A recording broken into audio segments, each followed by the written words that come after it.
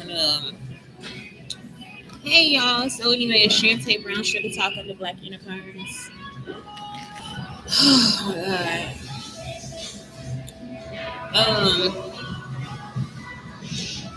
I don't know. I just have no clue. I just have to do this show today because I don't know. I don't know. I want to cry so bad, and it's not from fear. I'm not scared anymore. I want to cry so bad. Um.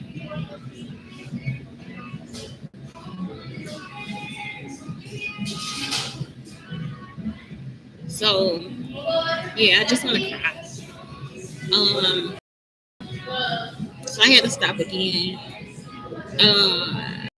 Anyway, it's Shante Brown Sugar Talk on the Black Unicarns, and this is about sex trafficking because I don't think that y'all understand the story, and that's why I keep telling y'all the story over and over again because, like I said, I can't get to call any uh one of these people if I have to try to call the authorities or something, and then like fake people show up. So I don't know what's going on in St. Louis. So it just deters me from calling authorities because then they'll try to say I'm crazy. I need to be in a psych ward. I don't know if these police over here will try to kill me or whatever at random or whatever. So it's like if anybody sees any of this stuff happening in the St. Louis area, please call the police for me and just turn them in. My name is Shante Shue. So when I was in college, I went to the apartments when I was 17 years old. We went into the apartments, and I was actually trying to get away from my family because they are abusive. My grandmother did not want me to move on campus because mainly I think the money will stop, and she was like, "It's not something that I should be doing, traveling. Like I should be staying at home and going to school." So I was like, "No, I have to go because they are really money hungry. Like, and they would have gorged the price of rent and everything else." So that's why they want me to stay at home because they want more money coming to them. They always want the more money. So, and that's why my mother forced my sister to have kids, or she might try to encourage them to get pregnant and then act like she did. She do anything for money. So this is the thing. I get onto the campus and all these men keep coming to the apartment and saying that they want us to be Sigma Suites, Kappa sweethearts, or Alpha sweethearts. I don't know what the Kappa girls are called. It's not the men that I know. Like I know Roderick. Roderick didn't come over there for that. Mo didn't come over there. Maurice Rankin, he didn't come over for that. That's it. I'm not really cool with anybody else. The Neil got there a couple years after me, and Kuntu was like just moving in with me too. We both started college together. So when I was trying to put them out. When I left, I went to go ask Marcus Neal. I was like Marcus, and I told you I made him my cousin, but we kind of do it like growing up in East St. Louis. We kind of all go to like the same church and all this stuff together. So I asked Marcus Neal, and I'm like, this is why y'all can't lie right now because I have to get out of sex trafficking, and my family doesn't understand that because again, they should have killed me by now. So I am in this situation, but what I don't know. So anyway, I stopped and I asked Marcus Neal. I was like, "What do they have to be in our apartment or whatever? Like, is this something that people do?" He said, "Don't do that." He said because it's not good for you. And I already didn't want to do it because I have never grown up in a house, and I've grown up with men in my house for real. The men that was in our house, like Jeff, uh, Duck, and and Spencer, they would never try to like sleep with me. You see what I'm saying? Jeff's cousin tried to like eat my pussy when I was on my period or something like that. But other than that, no, none of them ever tried to like sleep with me. You know what I'm saying? Because they older. So it's like none of them try to come in and like solicit themselves to have sex. So it's like even with my dad's friends, I've never had anybody sneak in the room and touch me or anything like that. So when they kept coming over there, I was like, I don't think that's something they should be doing. But the other girls hadn't had men come over like that. You see what I'm saying? And so they took it as like this the opportunity to get a fine boyfriend and all this different stuff. So they just kept letting them in the house so we could play spades and stuff like that. And see, that's just stuff that we do anyway.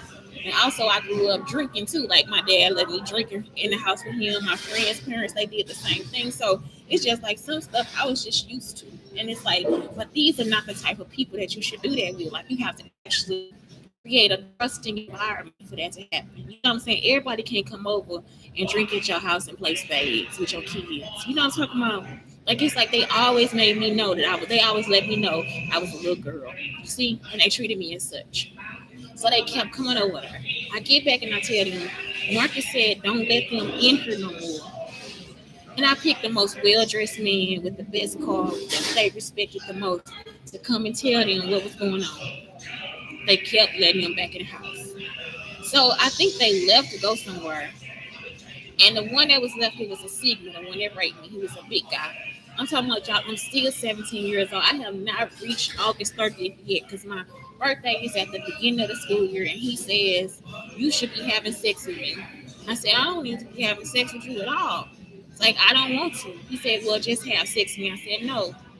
Y'all, he waited 3 or 4 years till one of his brothers was online that I had a crush on. I had a crush on, like I said, CT's brother Thomas. This motherfucker came and set me up and raped me. After that, they had like a forum where with the alphas, and the alphas were setting up something for points. And like I said, I was in a room with some guys one day, and your shape is gorgeous. Oh, excuse me, your shape is gorgeous. You are, and your smile is good too. You're so cute. Okay. So anyway, like where was I at? So then he set me up. So then we're at the forum. Okay, yeah, the alpha. So I'm at the forum and I wonder why they get upset because I say, we need to have a talk about the sex that we are having on this campus. Because at that point, y'all, I'm just like, no, it is no fucking way I raped or whatever and all this stuff going on. And actually, no, this was after the rape was after the forum. So that's why I like know that it's something that they set up for points because I was still my boyfriend Kunta. So I said we need to talk about the sex that they having on this campus. They got mad and put me out of the forum.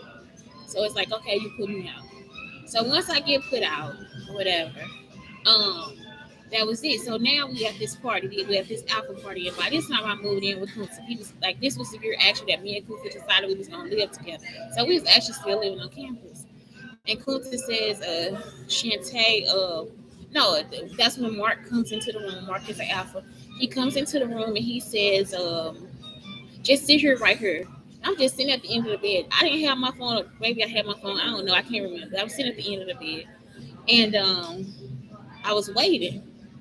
And so one of the boys was like, what we in here for? It was 3 or 4 other men. It's like, what we in here for? So I don't know. Kunta went in there and snatched me out of the room. He said, they in here trying to do something for points. I say, what? I don't know what that is. You know what I'm talking about? And so I'm at that point, I'm the only person that know. And they know Kunta told me what was going on. You see what I'm saying? So now, 25, 26 years later, they have actually been taking the information from the rape, right? And y'all, I'm talking about passing it to other men. And they started this when I came back here in 2010 with my son. When they started, I was at that school. They started it in 2010 with my son. Like I actually solicited them to stalk me and rape me for sex. I have never. So once I got back here in 2010, they started tracking me, my education, life, everything, my teaching life, everything, thinking that it's negative. And the only reason they want to make it negative is the same way they did it in college because they stole my work. So now I'm being sex trafficked by men in fucking America like I'm in a third world country. Y'all understand what I'm talking about? I'm talking about I'm a highly intelligent woman. They have actually went through my life and tried to make it look like I'm an unfit mother when I've been taking care of my son since day one. People are actually really asking, why would this girl be in a shelter? Y'all, I work every fucking day. I read, I write, I learn, I do this show every fucking day, and they still have the nerve to try to sex traffic me. So I'm gonna go back over what sex trafficking is. And that's why I put part 1000 because it's like y'all act like y'all can't never understand a poor black girl story and not want to fuck everything they want. So, sex trafficking, the action or practice of illegally transporting people from one country or area to another for the purpose of sexual exploitation.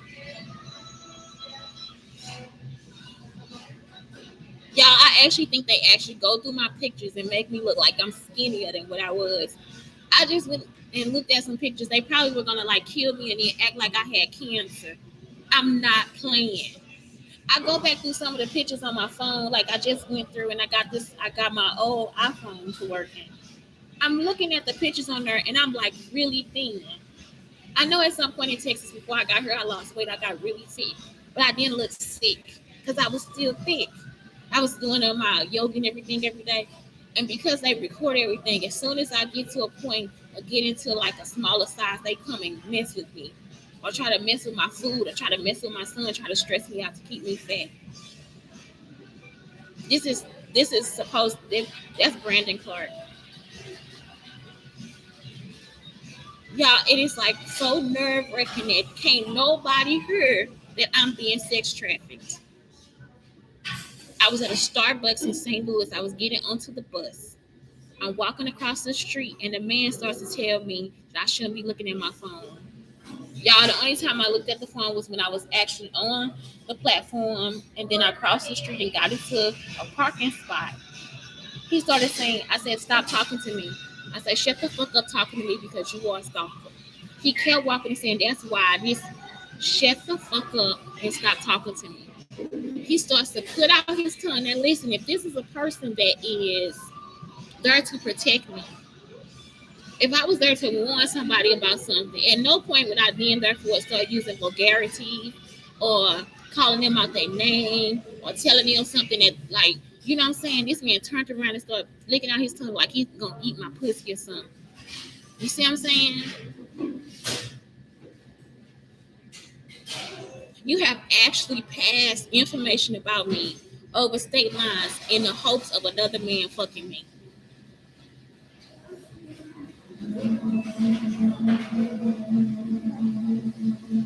Yeah, I am livid. Livid. You kidnapped my son because some men said that they would be jealous of my son. They didn't want me with my son when they were having sex with me. Because one man raped me. He was trying to rape me and I put him out of my house. And my son was coming into the room.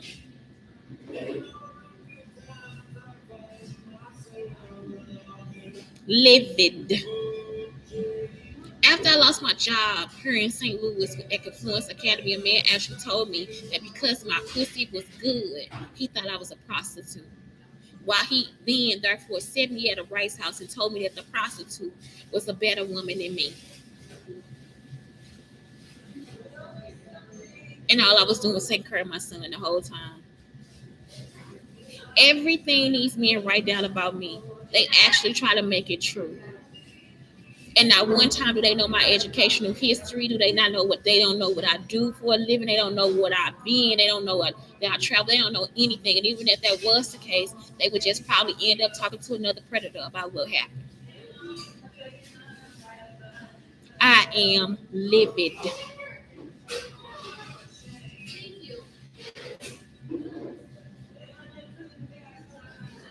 But y'all always want to say that Black Lives Matter. You always want to say Black women matter, all this different stuff, and ain't no Black woman ever came to do nothing but tell me that they gonna try to take custody of my son. When I was trying to get DCFS to help me protect my son against other people, they already sent me a letter and said that the case was closed. Ain't no Black woman came to help and lift a finger for me to get my son back with me and me and him to get the fuck away from her.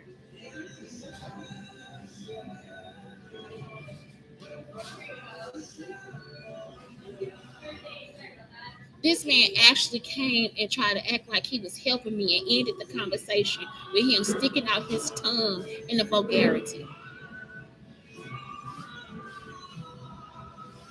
And you want me to think that that's not sex trafficking? All of this stuff just started when I just came from Illinois to Missouri. The whole thing with Orioles. How would he know what type of sex I'm having with any man? If I'm talking about a man, I'm not talking about you. So it's not about you. So what difference would it make? I would want to be another woman that you're talking about. That's why I be like, oh, what are y'all?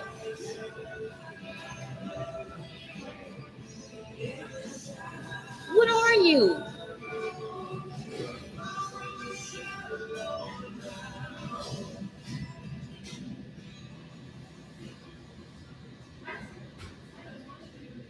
That's it.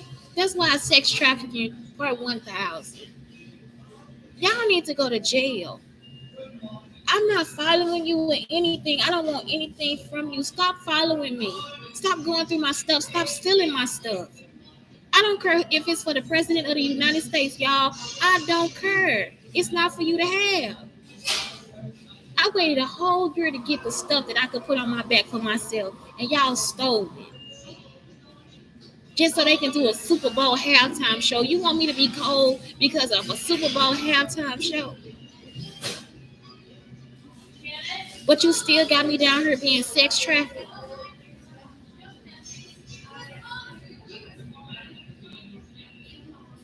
Do it make sense to you? That's it. It's Shantae Brown Sugar Talk on the Black Unicorns telling y'all really stop and fuck the fuck off.